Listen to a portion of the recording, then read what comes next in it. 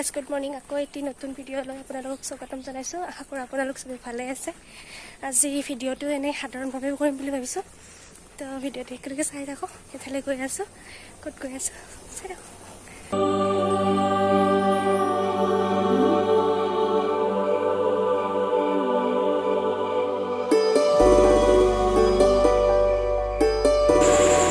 মই বাহঁতৰ পৰা চাংচাৰিলৈ গৈ আছোঁ, বাছত গৈ আছোঁ আৰু তাতে সঞ্জীৱ দা ৰখি আছে। সঞ্জীৱ দাক লগ পাম আৰু ভিডিঅ'টো চাই থাকক।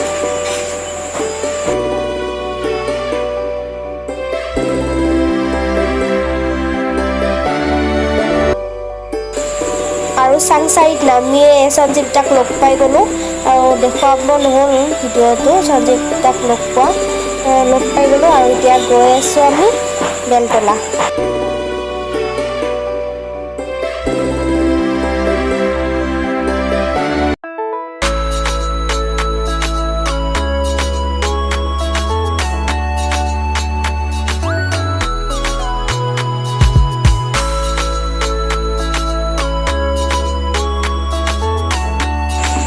আপোনালোকে ভাবে কিজানি কিনো ৰাস্তাৰ ভিডিঅ'বোৰ দেখাই থাকে, কিন্তু যাই থাকোঁতে এইবোৰ সেউজীয়াবোৰ দেখি মানে ভিডিঅ' নবনোৱাকৈ থাকিবই নোৱাৰিলোঁ আৰু সেইকাৰণে বোলো আপোনালোককো দেখুৱাই দিওঁ। সেউজীয়াৰ মাজে মাজে গৈ আছোঁ।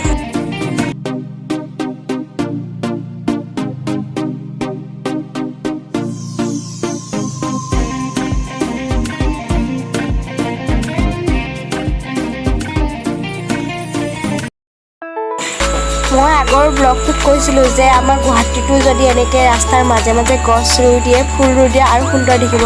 এয়া চাওক, গছবিলাক কি সুন্দৰ দেখা হৈছে। গুৱাহাটীতো আছে কিছু ঠাইত, মই সিদিনা বাৰু কৈ দিলোঁ কথাটো, কিন্তু আৰু যদি ইয়াতে ফুলো ৰুই দিয়ে আৰু বেছি সুন্দৰ লাগিব।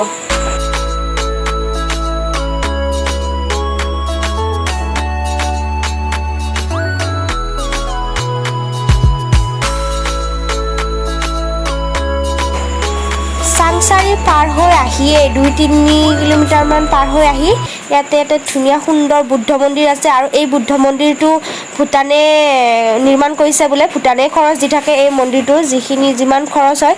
আৰু ইয়াতে ধুনীয়া বুদ্ধদেৱৰ মূৰ্তি এটাও আছে, সৰুটো মূৰ্তিটো। আৰু মন্দিৰটো পাৰ হৈ আহিয়েই পাই গ'লোঁ শৰাইঘাট ব্ৰিজ আৰু এতিয়া গৈ আছোঁ আমি বেলতলালৈ গৈয়ে আছোঁ, কিন্তু এতিয়ালৈকে পোৱাই নাই আৰু কিমান টাইম লাগে জানো। আৰু এয়া চাওক, গুৱাহাটীৰ ৰাস্তাবোৰ ইমান ধুনীয়া কৰি দিছে, ইমান বহল কৰি দিছে, পকা। এতিয়া আৰু জামৰ কাৰণে আৰু দেৰি নহয় আৰু এই জামৰ বাবে কোনো এম্বুলেঞ্চ জামত ফাঁচি থাকিব নালাগে, কিয়নো মেডিকেল পেচেণ্টবিলাক ইয়াতে জামৰ কাৰণে ফাঁচি থাকিব লগা হয় আৰু তেওঁলোকৰ সুবিধা হ'ব তেতিয়া। ভালে কৰিছে, ইমান ধুনীয়া কৰিছে ৰাস্তাটো। এতিয়াও সম্পূৰ্ণ হোৱাই নাই ৰাস্তাটো, বনায়ে আছে। এয়া চাওক, বনায়ে আছে এতিয়াও, আৰু ভাল হ'ব যেতিয়া সম্পূৰ্ণ হৈ উঠিব, তেতিয়া আৰু ভালেই হ'ব আৰু ক'তো যাম নালাগে।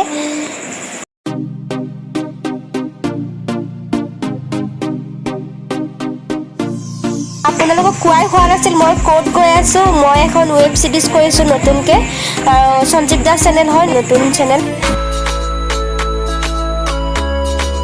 আৰু বেলতলাত আমাৰ ষ্টুডিঅ' আছে আৰু ষ্টুডিঅ'ত আজি ডাবিং হ'ব, তাৰ কাৰণে মই বেলতলা আহিছোঁ। আৰু এয়া পামেই আৰু বেলতলা, এয়া আহি আছোঁ আমি। আৰু ভিডিঅ'টো শেষলৈকে চাই থাকক।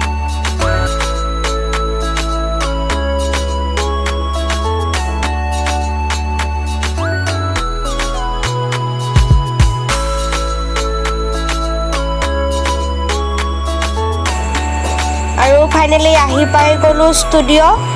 এয়া চাওক, ষ্টুডিঅ'ৰ কাম চলিয়ে আছে আৰু এতিয়া মোৰ ডাবিং আৰম্ভ হৈয়ে যাব, কাৰণ ৰখিব সময় নাই, মই ঘৰলৈও যাব লাগিব। সেইকাৰণে ডাবিং আৰম্ভ কৰি দিওঁ, চাই থাকক।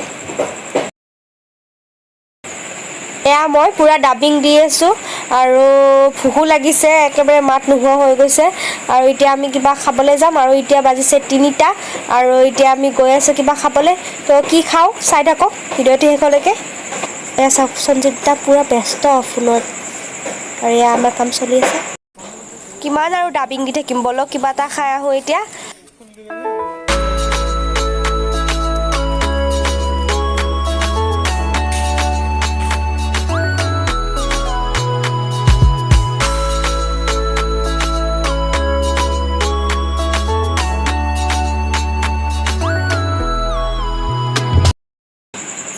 পাই গ'লোঁ ৰেষ্টুৰেণ্ট আৰু কি খাওঁ এতিয়া চাওঁ।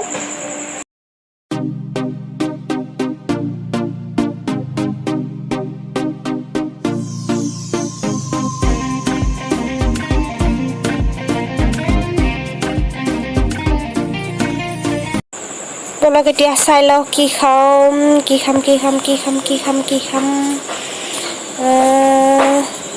এতিয়া খাম চিকেন ফ্ৰাইড ৰাইচ 90 টকা এতিয়া চিকেন ফ্ৰাইড ৰাইচ খাম আৰু খাই আৰু ডাবিং চাই থাকক। ৰখি আছোঁ ৰ'ব, আহি পোৱাই নাই চিকেন ফ্ৰাইড ৰাইচ, এফালে পেটে মাতিয়ে আছে, ভোক লাগি আছে, আহি পোৱাই নাই, ৰখি বৰ লাগিছে। আৰু বহুত সময় ৰখাৰ পিছত আহি গ'ল চিকেন ফ্ৰাইড ৰাইচ, এতিয়া খাম, খাই আৰু ডাবিং।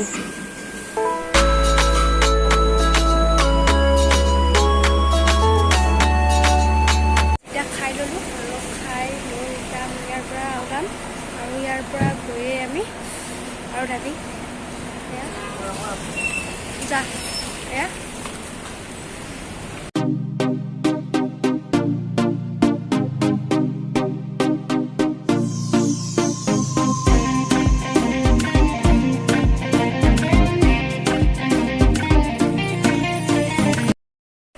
গাইজ ইয়াৰ পৰিৱেশটো চাওক ইমান ধুনীয়া।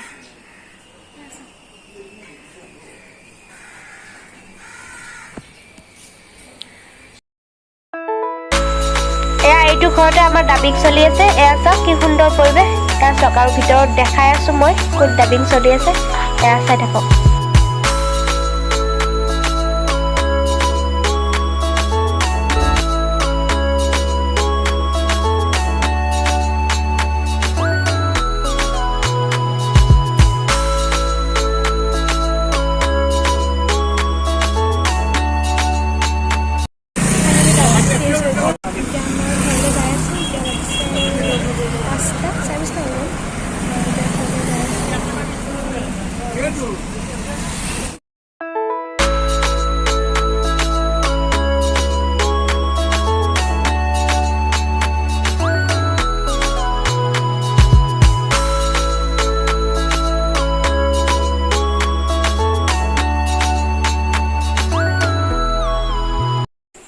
গাইজ ফাইনেলি ঘৰ আহি পাই গ'লোঁ আৰু এতিয়া ফ্ৰেছ হৈ ল'লোঁ আৰু যদি ভিডিঅ'টো ভাল লাগিছে like comment share and subscribe কৰিবলৈ নাপাহৰিব। তো আজিলৈ বাই বাই।